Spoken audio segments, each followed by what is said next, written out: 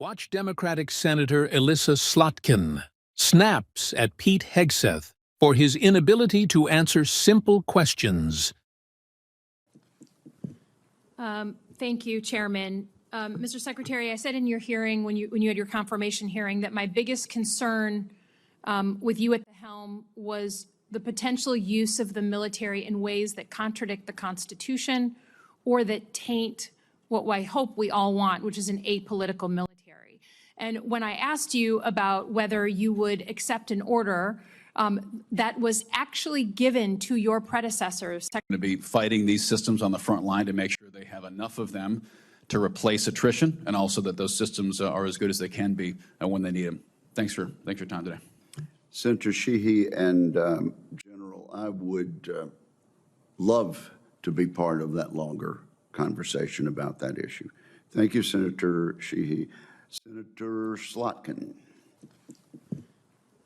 Thank you, Chairman. Mr. Secretary, I said in your hearing, when you had your confirmation hearing, that my biggest concern with you at the helm was the potential use of the military in ways that contradict the Constitution or that taint what I hope we all want, which is an apolitical military.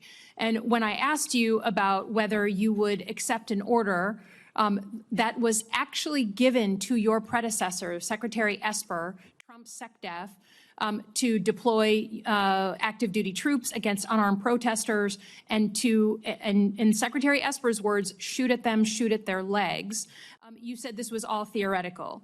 Here we are, a few months later, you've deployed 4,700 troops to Los Angeles and against the wishes of the governor. And my colleague across the aisle was right. It is the first time since 1965 that we have deployed Guard troops without the permission of the governor. In all the instances he laid out, the president had sent in the military to protect protesters, not against the protesters. So you may dismiss it, but I feel like this is a fundamental issue of American democracy.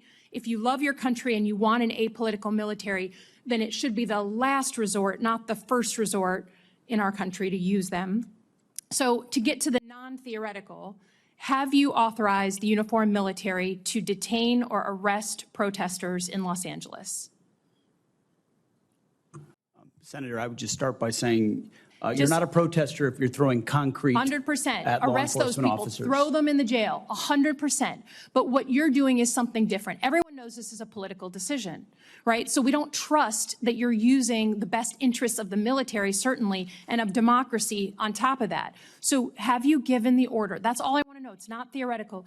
For the U.S. military, not law enforcement. They can arrest all day long. That's their job. Do they have the ability, the uniformed military, to arrest and detain protesters currently today? It's a yes or no thing, authority. It's sort of amusing the extent to which the speculation is out there. These troops are given very clear orders. Then what is the order? Then list it out for us. Be a man, list it out. Did you authorize them to detain or arrest? That is a fundamental issue of democracy. I'm not trying to be a snot here. I'm just trying to get the actual, did you authorize them to do that? All of these orders and what they're sent there to do are public. They are there so to... say it. So say it. Yes or no? I'd like to. Please, yes or no? As I've said time and time again through interruption, they're there to protect law enforcement. Do they have ICE the ability to arrest? who are trying to do their job, deporting illegals who were allowed in by the previous administration. So they cannot arrest and detain citizens of the United States, the uniformed military. As we've stated, if necessary, in their own self-defense, they could temporarily detain and hand over to ICE. But there's no arresting going on. And you know this better than you're trying to play political games. There's no arresting of U.S. personnel. Of the U.S. military against members of the protest. Have you authorized U.S. military cyber tools to investigate people participating in these protests? Yes or no? Certainly in no way that I'd be aware of. Okay, that's good. I love that answer. That's great. Have you given the order to be able to shoot at unarmed protesters in any way? I'm just asking the question. Don't laugh. Like the whole country. And by the way, my colleagues across the aisle. What is that based on? What evidence would you have that an order like that has ever been given? It is based on Donald Trump giving that order to your predecessor, to a Republican Secretary of Defense, who I give a lot of credit to because he didn't accept the order. He had more guts and balls than you because he said, I'm not going to send in the uniformed military to do something that I know in my gut isn't right. He was asked to shoot at their legs. He wrote that in his book. That's not hearsay. So your poo-pooing of this, it just shows you don't understand who we are as a country, who we are. And all of my colleagues across the aisle, especially the ones that served, should want an apolitical military and not want citizens to be scared of their own military. I love the military. I served alongside my whole life, so I'm worried about you tainting it. Have you given the order? Have you given the order that they can use lethal force against honor? I want the answer to be no. Please tell me it's no. Have you given the order? Senator, I'd be careful what you read in books and believing it, except for the Bible. Oh, my God. So your former predecessor, I guess that's not enough for you. Okay, on Iran, I don't think there's a debate. There's like a cat fight going on in your own party about whether to go after Iran. Have you commissioned any day after planning? So any force protection, any use of ground troops in Iran, any cost assessments? Because I don't think we doubt what we can do as a country in the attack.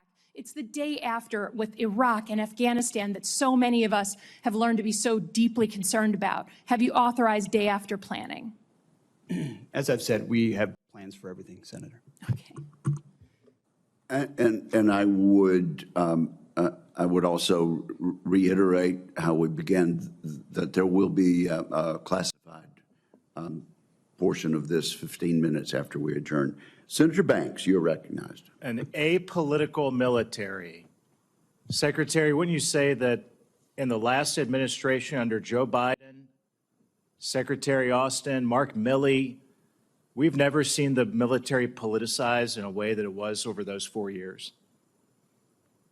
Senator, I would say our mission has been to take the politics out of the military, take the ideology out of the military. And as a result, you've seen the response of young Americans who have, I called it a bump at first. I just want to correct that, Senator. It's been a tsunami. It's been a historic response of young Americans. I want to unpack it. I want to unpack this with you, Mr. Secretary. Prior to President Trump's election, the military was struggling with the worst recruitment crisis in 50 years.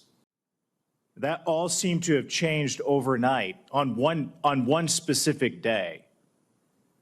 And the chart shows it. The Army doubled its recruitment from November of 2024 to the previous November. The Navy, the same thing. The Navy's recruitment skyrocketed 80% from November of 2024 to the previous year. Mr. Secretary, what changed?